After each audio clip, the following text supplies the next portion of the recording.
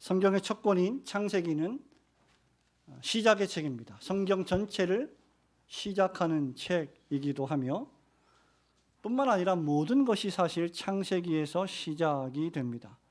창세기는 세상의 시작을 알려줍니다. 창세기 1장 1절 여러분 잘 아시는 대로 태초에 하나님이 천지를 창조하시니라. 보레싯 바라 엘로임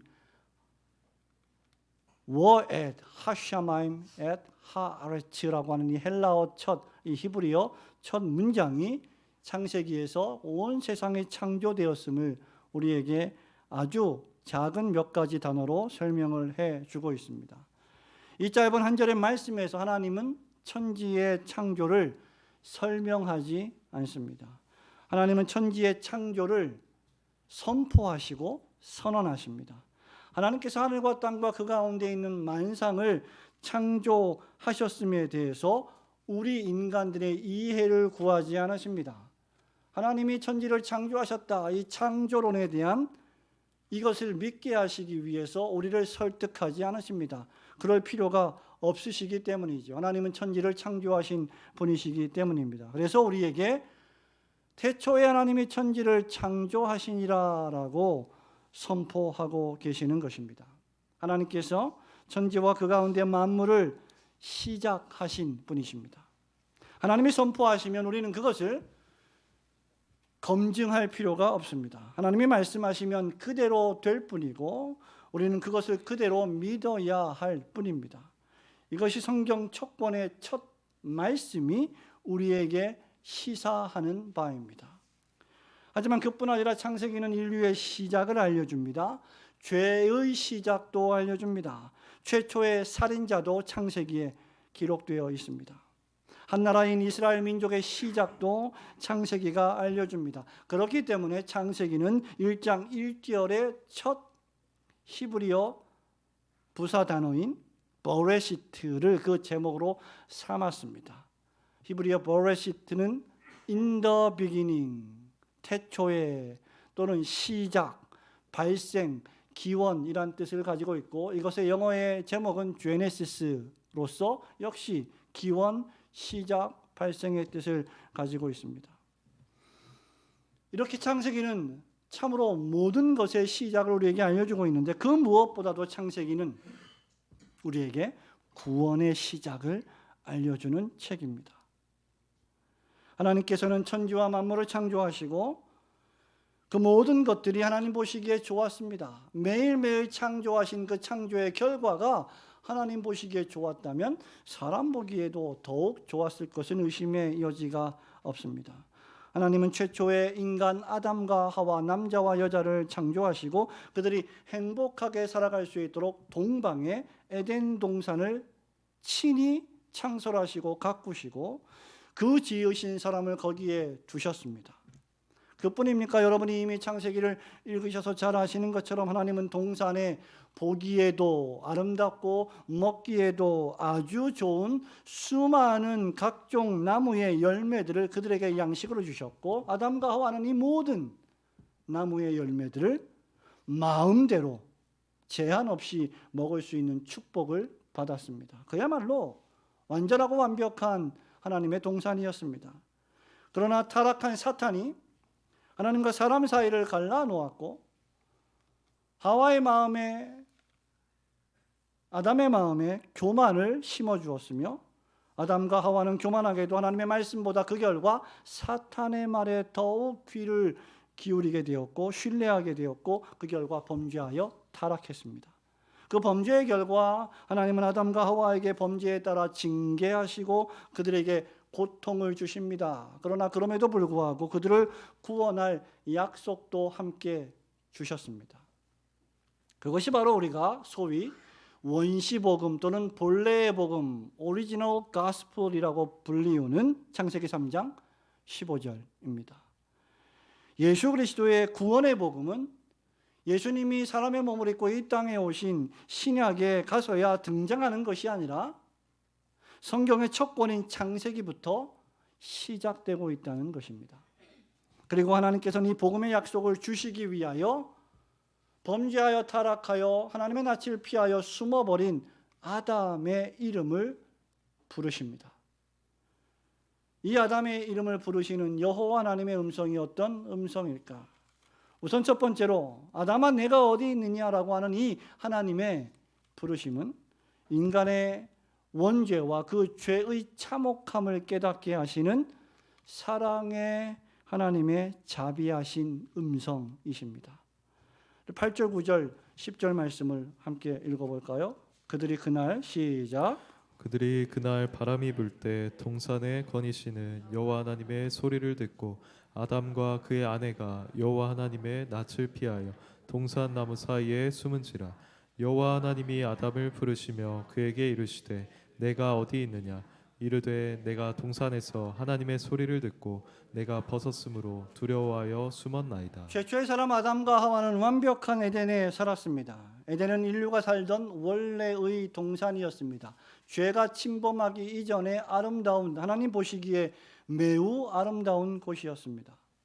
이 동산에는 모든 것이 구비되어 있었고 하나도 부족한 것이 없었으며 자원이 풍성한 동산이었습니다. 하나님께서 친히 창설하신 동산이었고 창세기 2장 9절에 보면 보기에 아름답고 먹기에 좋은 나무가 나게 하셨습니다. 무엇보다 하나님이 보시기에 좋은 동산이었고 그와 동시에 그 동산에 살았던 아담과 하와에게도 역시 기쁨의 동산이었습니다.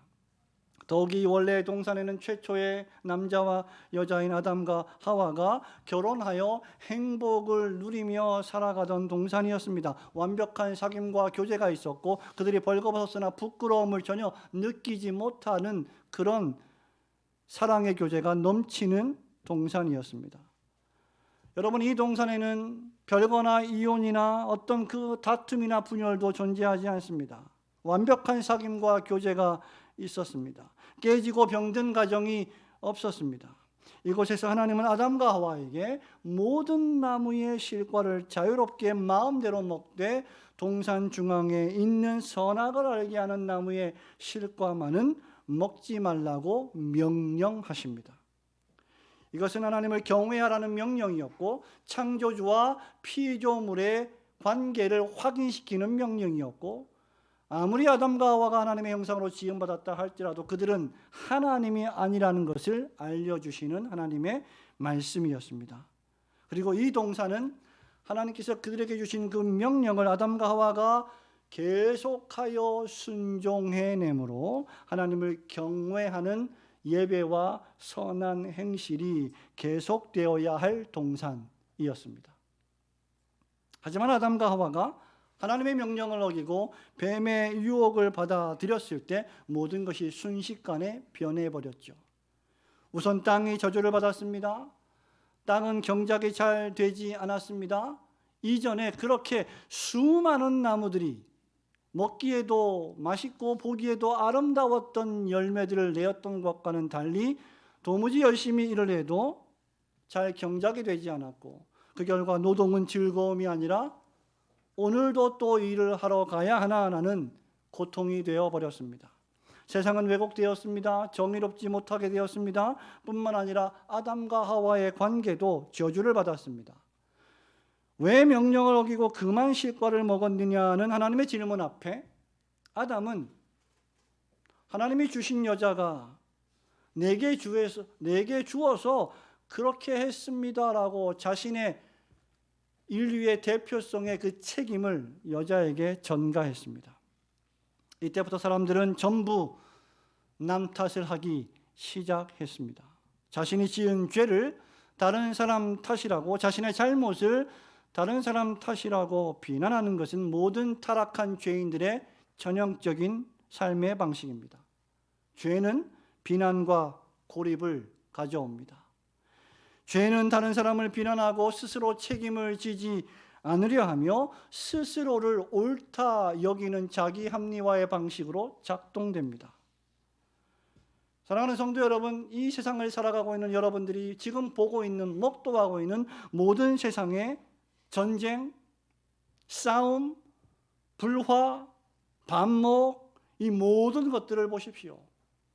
여러분 개인적으로, 여러분 가정에서, 여러분의 직장에서, 사회에서, 이 나라에서, 전 세계에서 벌어지고 있는 이 모든 불화와 반목은 전부 다 타락한 죄의 결과입니다. 성도 여러분, 세상을 보십시오.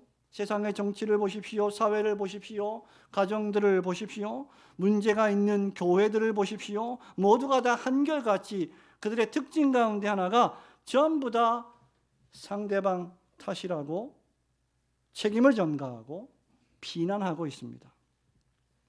세상은 평화롭게 살기를 원하지만 그렇기 때문에 평화를 유지할 능력이 존재하지 않는 것입니다.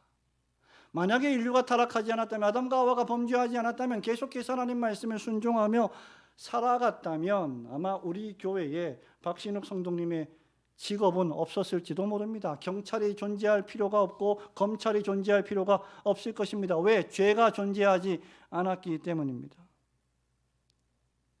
하지만 그들의 영혼이 범죄의 결과 영적으로 죽었고 육적으로 죽어가고 있고 그 결과 많은 문제들을 양산하게 되는 것입니다. 그러나 여러분, 저주 중의 저주는 사람과 사람과의 관계의 변화가 아니라 사람과 하나님, 하나님과 첫째 아담, 사람과의 관계의 변화입니다. 관계의 단절입니다. 이제까지 아버지와 자녀와 사랑스러운 관계를 누렸던 하나님과 아담, 그래서 동산에 거니시면서 수시로 아담과 하와에게 말씀하시며 사랑의 음성을 바라시던 그 사랑의 하나님이 이제는 심판주의 하나님, 무시무시한 하나님, 형벌의 하나님, 심판자와 범죄자의 관계로 변해버린 것입니다. 여러분, 우리 자녀들이 무슨 잘못된 일을 했을 때 부모님이 이름을 부르면 자기도 모르게 숨는 일들이 종종 우리 경험을 통해서 우리는 알게 됩니다. 이 죄로 말미암아 영적이며 심리적이며 도덕적인 변화가 사람의 영혼 속에서 일어났습니다. 인간의 양심이 정죄를 받았고 죄로 부패했으며 지성과 감정과 인격이 오염되었고 부패했습니다. 그리고 생각하고 말하는 모든 것이 악으로 기울어지는 죄악된 본성으로 변해버린 것입니다. 누가 가르쳐주지 않아도 태어날 때부터 그들은 거짓을 배우게 됩니다. 누가 가르쳐주지 않았는데도 그들은 그들의 벗은 것을 부끄러워했고 하나님의 음성을 듣고는 숨어버렸습니다. 그들은 더 이상 깨끗한 심령을 가지지 못하게 된 것입니다. 더 나아가 놀랍게도 그들은 하나님 탓을 하기 시작합니다. 아담을 보십시오. 하나님, 당신이 나에게 주신 이 여자 때문에 내가 이 모양 이 꼴이 되었습니다. 여자는 뱀을 비난했습니다. 아담과 하와는 하나님이 여자를 주시지 않았다면, 하나님이 뱀을 만들지 않으셨다면 이런 비극은 발생하지 않았을 것이 아닙니까? 하나님이 아예 처음부터 막아버리셨으면 이런 일은 없지 않았을 것입니까? 우리는 나름대로 머리를 굴리면서 우리의 죄악을 합리화시킬 이유를 찾습니다. 그래서 바울은 로마서 3장 10절에서 타락한 인류의 상태를 의인은 없나니 하나도 없도다라고 선언한 것입니다. 그리고 13절에서는 그들의 목구멍은 열린 무덤이요 그 혀로는 속임을 일삼으며 그 입술에는 독사의 독이 있고 라고 말한 것입니다. 노아 시대의 표현대로 하자면 생각하고 말하고 행동하는 모든 것이 악할 뿐입니다. 도대체 왜 사람들이 이렇게 되었을까요? 하나님이 창조하신 자기 자리에 있지 않았기 때문입니다. 아담의 본래 자리는 영광스러운 자리였습니다. 특권의 자리였습니다. 모든 것이 풍성한 자리였고 아담이 지켜야 할 계명은 오직 단 한 가지뿐이었습니다. 하나님께서 금하신 것을 하지 않는 것입니다. 그리고 그것을 자기 아내에게도 계속해서 주지시켜야 했을 것이고, 그리고 자기 아내가 그런 일을 행했을 때 자기 아내를 책망하며 그렇게 하지 못하게 했어야 했습니다. 성도 여러분, 이것은 하나님의 명령을 준행하는 것이고 하나님에 대한 존경과 경외의 표현으로서 예배의 행위입니다. 하나님이 하신 말씀을 지킨다는 것은 하나님을 믿는다는 것이며 하나님을 경외한다는 것입니다. 그런데 아담은, 하와는 뱀의 말을 들었습니다. 그리고 하나님과 같이 되기를 원했습니다. 그래서 인간이 범죄하는 것은 탐욕과 교만 때문입니다. 스스로 높아져서 아무도 된 줄로 생각하지 말라고 바울이 경고하고 있음에도 불구하고 스스로 무엇인가 된 줄로 생각하는 것이 타락한 죄인들의 가장 큰 죄의 원인입니다. 하나님보다 더 높아지려는 교만과 하나님이 금하신 것을 갖고자 하는 욕망입니다. 성도 여러분, 인간이란 존재는 그래서 하나님의 은혜가 임하기 전에는 자기 자신이 얼마나 타락하고 쾌락적이며 욕망에 점철된 존재인지를 깨닫지 못합니다. 동물들은 배가 부르면 사냥을 멈춥니다. 그러나 인간의 욕심은 끝이 없습니다. 지금 이 하나님의 음성, 아담의 이름을 부르며 네가 어디 있느냐는 이 말씀은 네가 왜 숨었고 왜 나를 피하느냐라고 책망하시는 음성입니다. 원죄는 사람으로 하여금 하나님으로부터 숨어버리게 합니다. 사람으로부터 숨어버리게 합니다. 하나님 말씀을 듣기 싫어합니다. 본성적으로 하나님을 싫어하며 떠나게 만듭니다. 죄와 악을 책망하는 소리를 참아내지 못하고 듣지 못하게 합니다. 죄인이 구원을 얻으려면 그래서 먼저 이것이 필요한 것이죠. 죄에 대한 책망과 인식 말입니다. 용서라는 것은, 그리스도의 십자가라는 것은 구원을 받아야 할 그 자신이 얼마나 엄청난 죄를 저질렀는지, 그 죄가 얼마나 엄청난 것인지를 깨닫고 난 후에야 비로소 얻을 수 있는 것입니다. 죄의 참혹함이 얼마나 엄청난 것인지를 알지 못하고 용서를 받는다면 그는 그 용서를 대단히 가볍게 여길 것입니다. 하지만 하나님께서는 타락한 죄인을 구원하시기 위하여 하나님의 독생자 예수 그리스도를, 가장 사랑하시는 당신의 아들을 십자가에 내어 주셔야만 했습니다. 아담과 온 인류의 범죄는 이처럼 하나님의 아들이 희생하셔야만 하는 참혹한 죄였던 것입니다. 그러므로 우리는 이 하나님의 음성을 기억해야만 합니다. 지금도 하나님은 우리들을 향하여 내가 어디 있느냐, 창세기 3장에서 아담아 내가 어디 있느냐라고 부르셨던 것처럼 우리를 부르시고 계십니다. 이는 그가 본래 어떤 존재인지를 깨닫게 하시는 음성이십니다. 그리고 그 본래 존재에서 어떻게 지금 이탈했고 타락했는지를 깨닫게 하여 주시는 사랑의 음성이십니다. 부디 이 음성을 들으시고 우리 각자가 지금 어디에 있는지 돌아보며 하나님께서 우리를 구원하신 그 구원이 얼마나 놀라운 일인지를 감사하시는 성도들이 되시기를 주님의 이름으로 축원합니다. 두 번째로 이 하나님의 동산에서의 음성은 범죄하여 타락한 인간을 찾아오셔서 친히 그들을 구원하시는 하나님의 구원의 음성이십니다. 하나님은 우리를 찾아오시고 우리의 이름을 불러주실 뿐만 아니라 친히 우리를 구원하실 수 있는 하나님이시다라는 말입니다. 14절과 15절 말씀을 읽겠습니다. 여호와 하나님이, 시작. 여호와 하나님이 뱀에게 이르시되 내가 이렇게 하였으니 내가 모든 가축과 들의 모든 짐승보다 더욱 저주를 받아 배로 다니고 살아있는 동안 흙을 먹을지니라. 내가 너로 여자와 원수가 되게 하고 내 후손도 여자의 후손과 원수가 되게 하리니 여자의 후손은 내 머리를 상하게 할 것이요 너는 그의 발꿈치를 상하게 할 것이니라 하시고. 아멘. 원죄로 말미암아 영적으로 죽어버렸고 그 결과 우리의 육체가 점진적으로 죽어가고 있는 육적인 사망과 죽음을 맞이한 그 본성이 오염된 죄인에게 무슨 소망이 있겠습니까?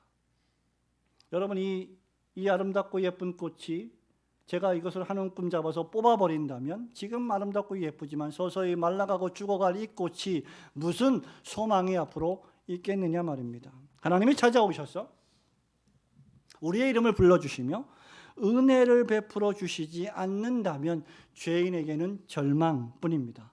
비참뿐이요 저주뿐이요 멸망뿐입니다. 왜냐하면 우리는 스스로 우리를 구원할 능력이 전혀 없기 때문입니다. 아니, 우리는 구원을 원하지도 않을 존재들이기 때문입니다. 그런데 놀라운 사실은 하나님이 친히 찾아오셨다는 것입니다. 본문 9절에서 하나님이 아담을 부르시며 그에게 이르시되 네가 어디 있느냐라고 물으시고 친히 사랑의 음성을 발하여 주셨습니다. 여러분, 이것이 얼마나 놀라운 일일까요? 사실 잘못한 사람이 막 찾아가서 제발 좀 용서해 주세요라고 하는 게 인간관계의 당연한 감정 아닙니까? 해를 입은 사람이 내가 너를 먼저 용서하겠다라고 말하는 것은 대단히 어려운 일입니다. 여러분, 이것은 마치 바다 한가운데서 침몰한 배 안에서 죽음만을 기다릴 밖에 다른 소망이 없는 사람에게 구조선이 나타나 그를 구조해 주는 것과 같습니다. 수영을 못하는 자가 물에 빠져서 허우적거려 숨이 넘어가려고 하는데 수영을 잘하는 수영 선수가 와서 구해주는 것과 같은 것입니다. 여러분, 이것이 얼마나 놀라운 일이냐면 우선 하나님은 우리를 찾아오실 책임이나 의무가 전혀 없으시기 때문에 더욱 그러합니다. 여러분이 이미 작년 동안 또 올 1월과 2월까지 배웠던 벨직 신앙고백서 17항을 보면 거기서 잘 말하고 있는 것처럼 사람이 죽음에 이르게 된 것은, 공교롭게도 또 오늘 오후의 설교가 십자가에 못 박혀 죽으시고 라고 하는 설교인데 거기서 죽음이 우리에게 어떤 유익을 주는지를 배우게 될 것입니다. 그 17항에 보면 이렇게 말합니다. 사람이 스스로 육체적이고 영적인 죽음에 자신을 던져서 전적으로 비참하게 되어 두려움에 떨면서 하나님의 임재로부터 도망쳤기 때문이다 라고 말합니다. 그런데 그런 사람을 하나님이 찾아오신 것입니다. 계속해서 벨직 신앙고백서는 이렇게 말합니다. 은혜로우신 하나님이 놀라운 지혜와 선하심으로 그를 찾아오시고 그에게 여자에게서 태어나 뱀의 머리를 상하게 하고 그를 복되게 할 하나님의 아들을 주시겠다고 약속하심으로 위로하기를 기뻐하셨다. 하나님께서 우리의 반역에도 불구하고 우리의 죄에도 불구하고 우리를 보셨습니다. 죄인의 참상을 보셨고 그리고 친히 찾아와 주셨습니다. 여러분, 이것은 예수 그리스도께서 오셔서 복음을 전하실 때 질병에 걸리고 귀신에 걸린 죄인들의 참상을 친히 보시고 그들을 찾아오셔서 그들을 고쳐주신 것과 동일한 것입니다. 여기에 우리의 소망이 있습니다.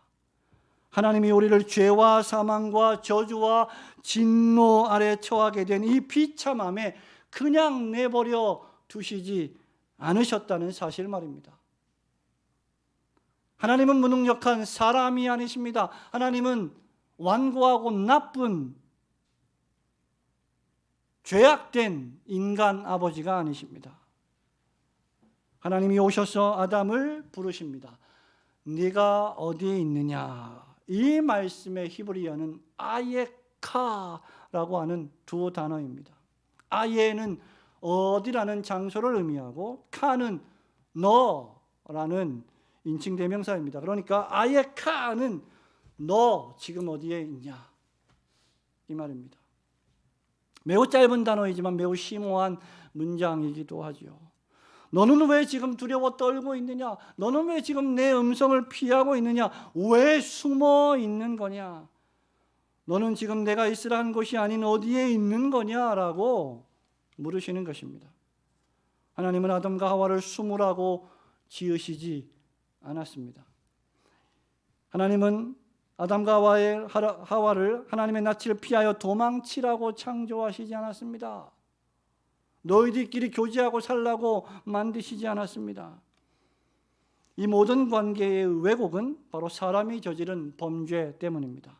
그래서 하나님이 찾아오셔서 그 범죄의 결과의 참혹함을 친히 보시고 그 참혹함을 그들로 하여금 깨닫게 하시고 그 죄의 권세에서 아담과 하와를 구원하시려고 찾아오신 것입니다. 비록 사람이 죄를 지어서 하나님의 명령을 어겨서 이 에덴 동산이 황폐하게 되었고 지금 세상에 죄와 악이 관영하게 되었지만 하나님은 사람이 망치고 사단과 마귀가 망친 세상을 그냥 버려두시지 않으십니다. 왜냐하면 당신이 창조하신 세상이시기 때문입니다. 그러므로 전 구약 성경과 전 신약 성경이 바로 이것을 우리에게 알려주고 있고 하나님이 친히 찾아와 주신 결과 하나님의 은혜로 구원을 받은 사람들의 간증에 대하여 우리에게 말해주고 있는 것입니다. 여러분 고려신학대학원에 가시면 3층에 저의 교수 연구실이 있는데 아마 한 번도 안 와보셨을 것입니다. 저도 강의를 하러 가도 연구실에 자주 가지는 않습니다. 3층 309호입니다. 이 학교에서 연구실을 배정받은 지 얼마 되지 않은 몇 년 전에 저의 총신대학교 후배 친구들 또 목사들과 제자들 몇이 축하차 저의 연구실을 방문한 적이 있습니다. 간단히 점심을 먹고 잠깐 교제를 나눈 뒤에 저는 강의하러 들어갔고 근데 강의를 마치고 돌아왔는데 이 돌아온 연구실이 완전히 바뀌어져 있었습니다. 지저분했던 연구실과 책상이 모두 깨끗하게 정돈되었고 연결 전이라서 작동이 안 되었던 컴퓨터 인터넷과 프린터는 완전하게 복구되었고 제대로 작동되었고 모든 것이 있을 곳에 다 있게 되었습니다. 어수선했던 연구실 책상과 책꽂이들이 모두 다 정갈하게 배치되었습니다.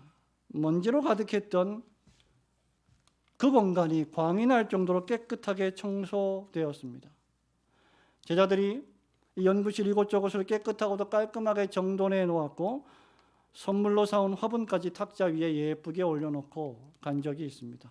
성도 여러분, 제자들의 방문조차 그 결과 연구실이 이렇게 환해지는데 하나님이 찾아오시는 방문이야말로 두말할 필요가 있겠습니까?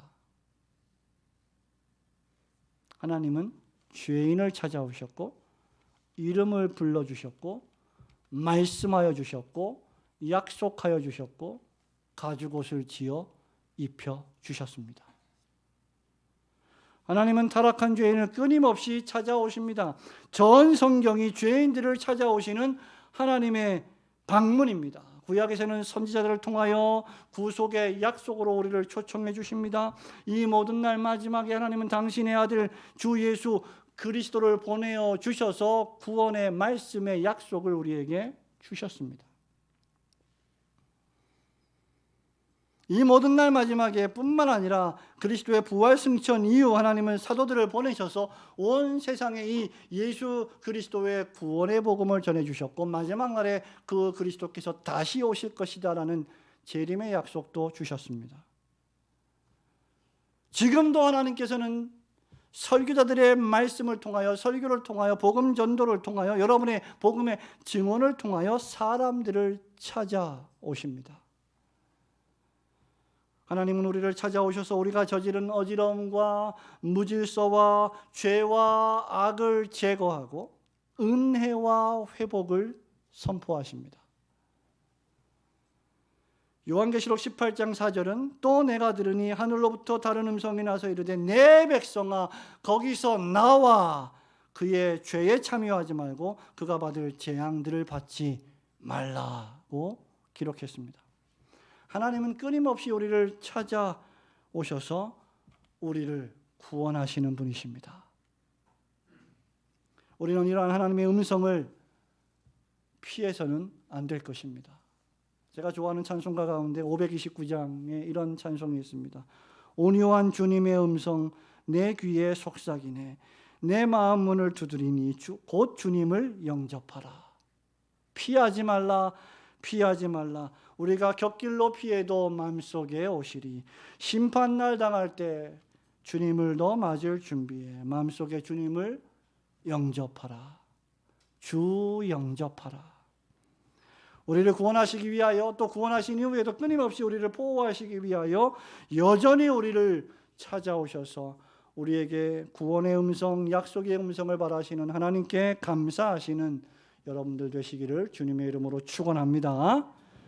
마지막으로 내가 어디 있느냐, 이 하나님의 음성은 하나님께서 어린 양 예수 그리스도를 통하여 죄인들을 구원하실 것이라는 아름다운 복음을 선포해 줍니다. 3장 15절 말씀 한 번 더 읽겠습니다. 내가 너로, 시작. 내가 너로 여자와 원수가 되게 하고 내 후손도 여자의 후손과 원수가 되게 하리니 여자의 후손은 내 머리를 상하게 할 것이요 너는 그의 발꿈치를 상하게 할 것이니라 하시고. 아멘. 창세기 3장 15절은 하나님이 처음 선포하신 복음의 말씀입니다. 하나님은 여기서 뱀에게 여자와 원수가 되게 하시겠다 말씀하십니다. 그리고 여자의 후손이 뱀의 머리를 상하게 하실 것이라 말씀하십니다. 이는 예수 그리스도께서 오셔서 타락한 죄인들의 죄를 대신 짊어지시고 죽음과 저주의 형벌을 받아 인류에 드리운 그 죽음을, 사망을 정복하시고 사단 마귀를 이겨 승리하실 것을 예언한 말씀입니다. 그리고 갈라디아서 4장 4절에 따르면 때가 참에 하나님이 창세기 3장 15절에서 약속하신 그 아들을 여자에게서 나게 하셨습니다.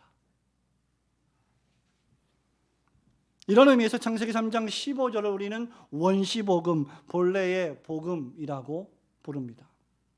이때부터 뱀과 여자의 후손은 적대적이 될 것이며 세상과 교회는 어떤 의미에서 철저하게 구별될 것입니다. 세상은 할 수만 있으면 교회를 짓밟으려 할 것이고 교회는 그러한 세상을 이겨 승리하게 될 것입니다.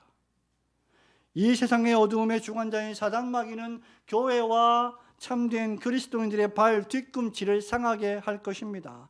그러나 예수 그리스도께서 궁극적으로 사단의 머리를 상하게 하셔서 신약의 교회와 성도들에게 구원을 베푸시고 모든 신령한 복을 베풀어 주실 것입니다. 사도 바울이 편지를 통하여 복음을 로마 교회에 전하면서 로마서 16장 20절에서 그동안 교회를 위하여 수고하고 애쓰고 땀 흘려 헌신하고 봉사한 수많은 복음의 동역자들에게 이런 약속을 하십니다. 평강의 하나님께서 속히 사탄을 너희 발 아래에서 상하게 하시리라. 우리 주 예수의 은혜가 너희에게 있을지어다. 바울은 이를 가리켜 에베소서 1장 3절 4절 5절에서 이렇게 말했습니다. 찬송하리로다 하나님 곧 우리 주 예수 그리스도의 아버지께서 그리스도 안에서 하늘에 속한 모든 신령한 복을 우리에게 주시되 곧 창세전에 그리스도 안에서 우리를 택하사 우리로 사랑 안에서 그 앞에 거룩하고 흠이 없게 하시려고 그 기쁘신 뜻대로 우리를 예정하셨으니 예수 그리스도로 말미암아 자기의 아들들이 되게 하셨느니라.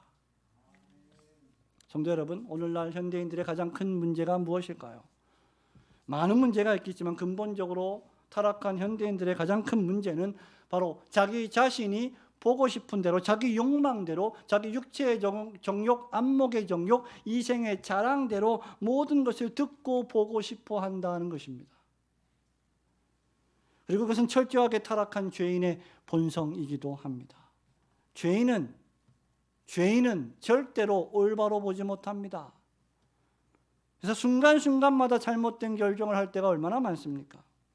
올바로 듣지 못합니다. 올바로 생각하지 못합니다. 이것은 성경을 읽을 때에도 역시 마찬가지입니다. 죄인들은 자신들이 원하는 방식대로 성경을 읽는 경우가 많습니다. 그렇게 엄밀히 말하자면 죄인들에게는 신미안이 없습니다. 죄인은 악을 행할 뿐입니다. 사진에서 미술, 음악, 건축, 디자인까지 전방위로 활동하는 아트워커 윤광중 씨가 있는데 이분이 집필한 책이 신미안 수업이라는 책이 있습니다.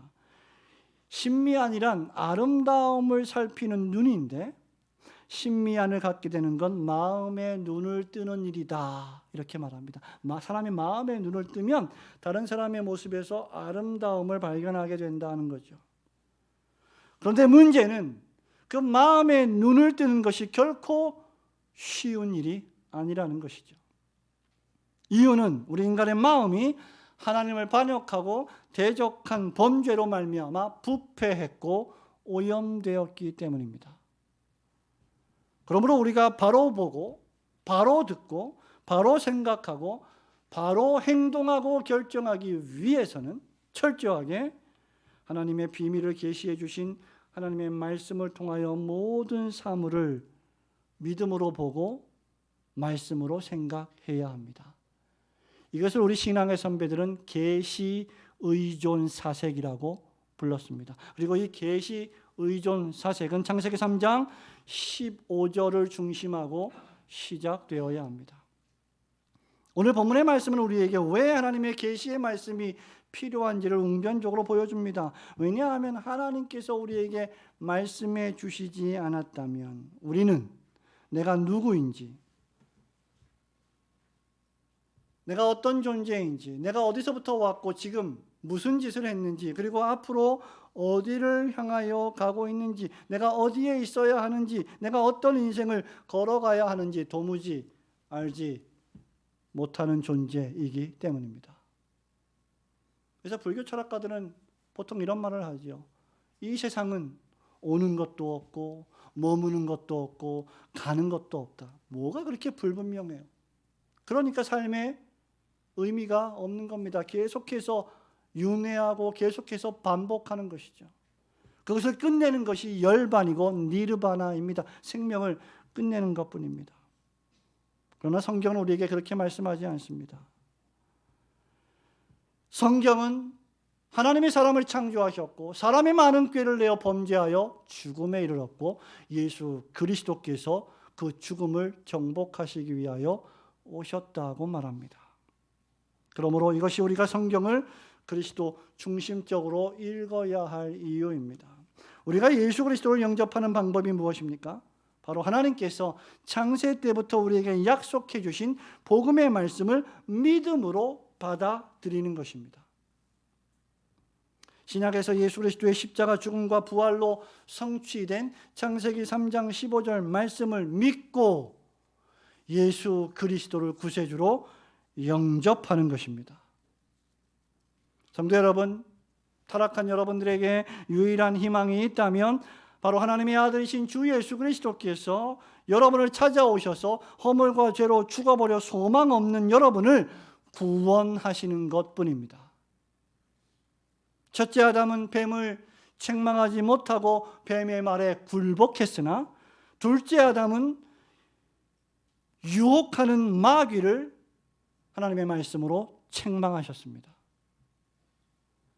첫째 아담은 범죄함으로 에덴 동산을 망쳤고 황폐화시켰으나 둘째 아담은 에덴 동산을 은혜로 회복시켰습니다. 첫째 아담은 교만하여 하나님과 같이 되어버려 했으나 둘째 아담은 그 근본 본체가 하나님과 동등하심에도 불구하고 자기를 낮추어 죽기까지 하나님께 복종하셨습니다.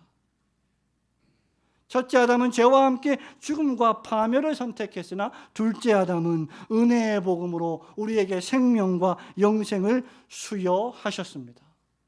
실로 예수 그리스도는 첫째 아담이 실패한 그 자리에 오신 하나님이 준비하신 세상 죄를 지고 가는 하나님의 어린 양으로 우리의 구원을 성취하셨습니다.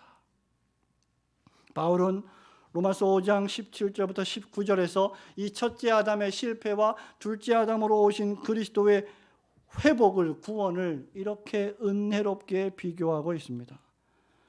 한 사람의 범죄로 말미암아 사망이 그 한 사람을 통하여 왕노릇하였은즉 더욱 은혜와 의의 선물을 넘치게 받는 자들은 한 분 예수 그리스도를 통하여 생명 안에서 왕노릇하리로다. 그런즉 한 범죄로 많은 사람이 정죄에 이른 것 같이 한 의로운 행위로 말미암아 많은 사람이 의롭다 하심을 받아 생명에 이르렀느니라. 한 사람이 순종하지 아니함으로 많은 사람이 죄인 된 것 같이 한 사람이 순종하심으로 많은 사람이 의인이 되리라. 실로 예수 그리스도는 이런 의미에서 둘째 아담이시며 우리에게 생명을 주시는 마지막 아담이 되십니다.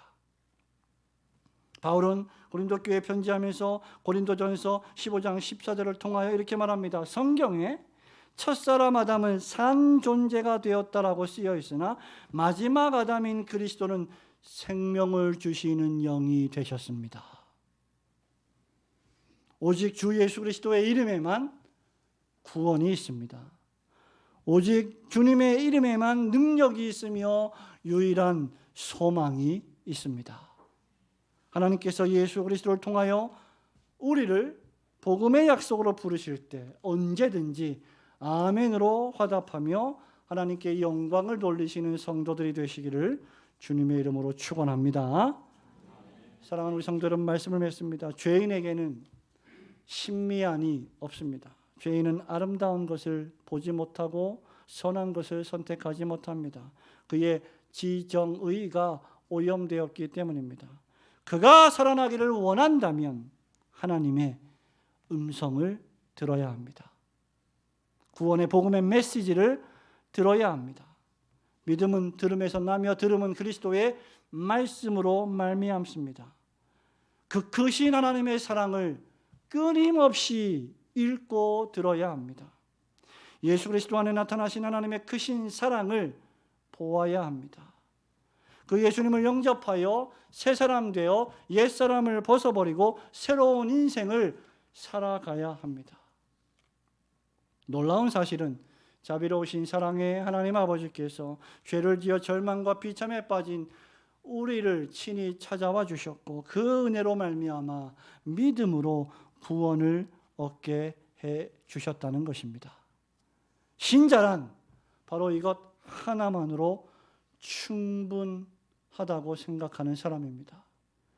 그러므로 이제 우리는 하나님께서 깨트리신 뱀과의 교제, 사단과 마귀와의 교제로 다시 돌아가서는 안 됩니다. 왜냐하면 역사를 통하여 뱀의 머리를 상하게 하신 하나님께서 세상의 마지막 날에도 사단과 마귀를 내쫓으실 것이기 때문입니다. 요한계시록 12장 9절은 이렇게 예언합니다. 큰 용이 내쫓기니 옛 뱀 곧 마귀라고도 하고 사탄이라고도 하며 온 천하를 꿰는 자라. 그가 땅으로 내쫓기니 그의 사자들도 그와 함께 내쫓기니라. 최초의 인간 아담과 하와를 꿰었던 뱀 사단과 마귀는 마지막에 완전히 내쫓김을 당하게 될 것입니다.